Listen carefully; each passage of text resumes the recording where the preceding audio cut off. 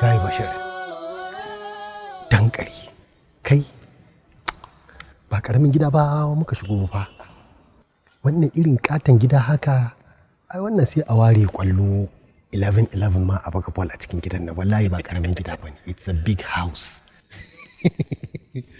ai kai ka tsaya banza kake bata ma kanka lokaci akan me zaka zuwa kana bata wa kanka lokaci gurin ƴaƴan talakawa ka gani nan matsawar Zainab ta amince ta yadda da ni to ni fa na riga na gama an wuce gurin saboda ca za a yi kawai je ka gaya wa iyayenka su zo sadakin ma bani za mika kai don wasu surprising party ma na abun lokacin da kuma ya gama zama level sai a duba a ce ina a duba wani makeken 2-story buildings manya-manya fully package a ce maza hanzarta ka shiga ka samu mata ka tana ciki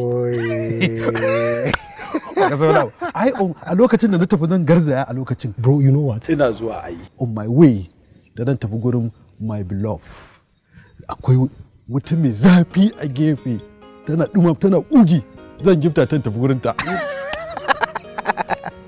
amma brother you know what it's like the real boss of the house baya gidan saboda na ga yanayin dabbobin gidan kanana ne har yanzu ban ga wata shekiyar mota a gidan kasan akwai ma'aikata da yawa a gidan kaga abin da nake so da kai idan za ka nemi beb to ka nema a gidan arziki kar ka taba kai kanka gurin waɗannan talakawan gwara ka je inda za ka karu su ma su karu da kai ba inda za a yi vice versa ba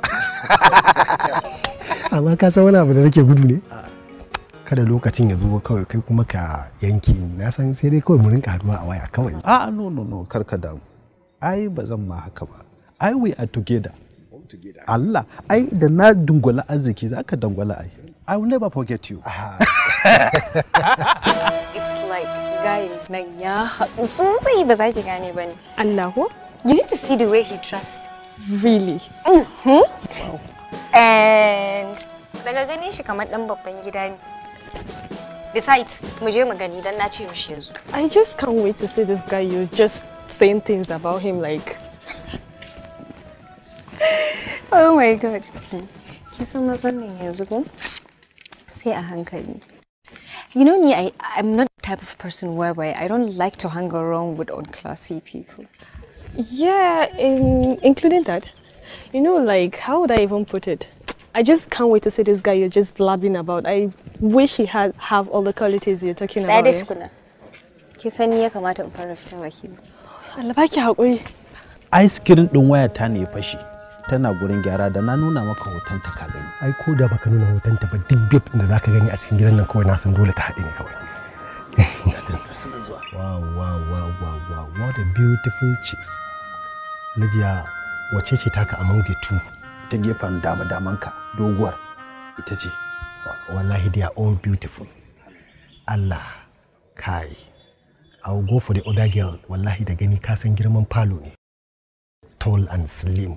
Kaga ka dakata da Allah ka kai mun aikin hanzari ba na san haka. Ka bari in gama harkar ta wata kunna ta fada sannan sai ka fara taka cinikin. Kai Bashir. Maintain mana kai maintain.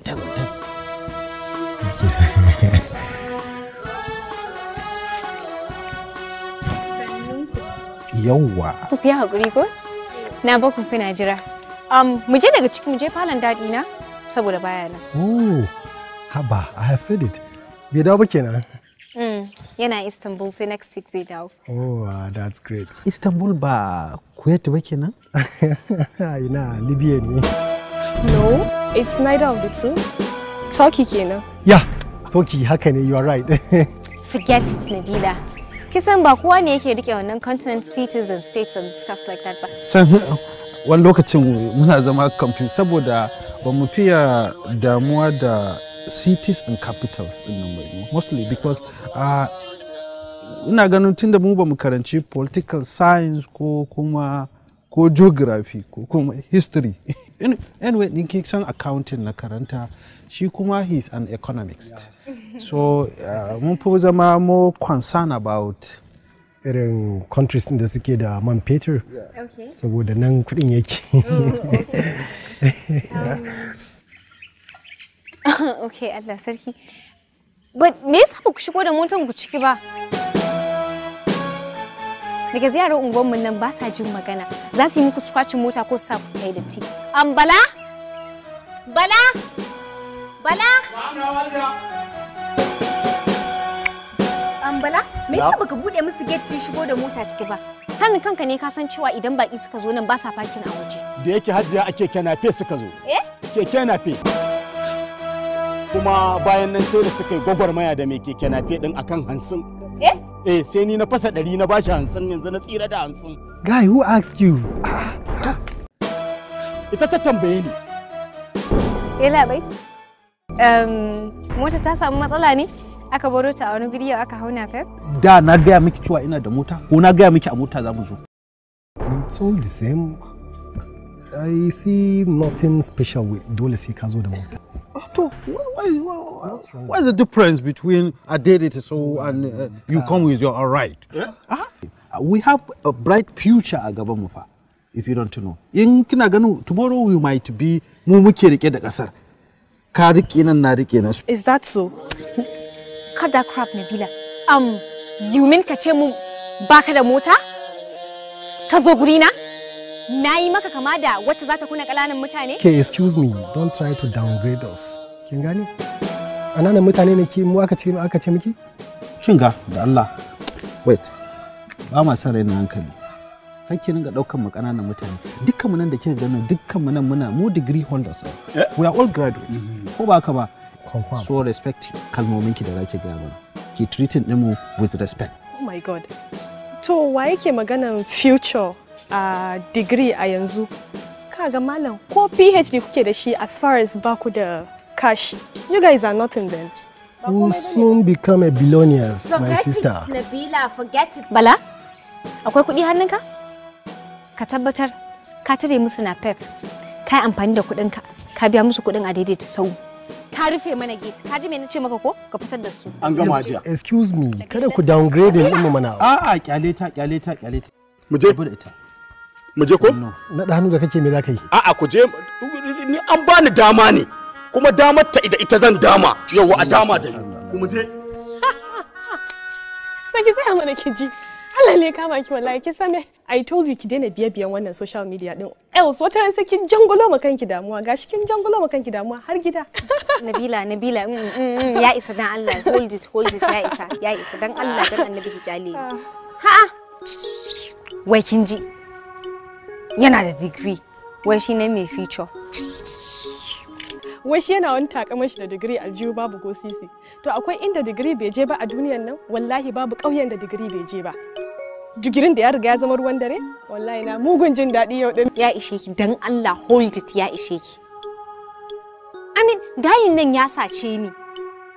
To my thought wani irin big boy ne, har nake ce nake miki bragging ina ce miki ya haɗu kin ga dressing din shi ba, har da wani wai. Degree gare ni. Wai shi yana da future. Ta ya ma za a yi ku duba Hajiya ku ce za ku zo gurin ta zance.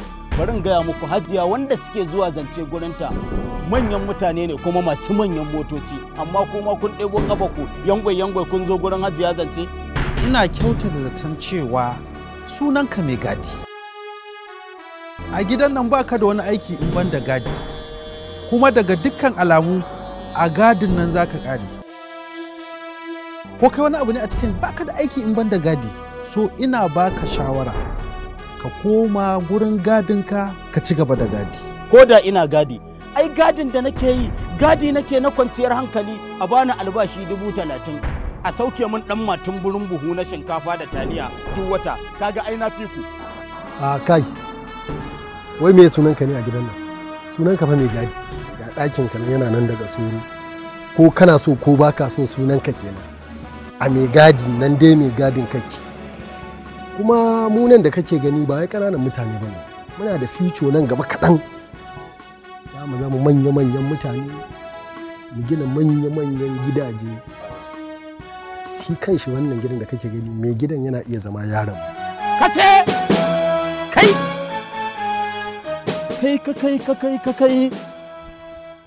ashe kuna da tsaurin ido, ba ku da kunya, ba ku da mutunci, kartan banza. Me nan gidan ne zai zo ya zo ya muku aiki? Dama hannuna ya daɗe bai sha fuska ba. Yau zai sha fuska, yau za ku ga rashin mutunci. Yau ƙato zai bugu, yau za mu da karkaci kaddi.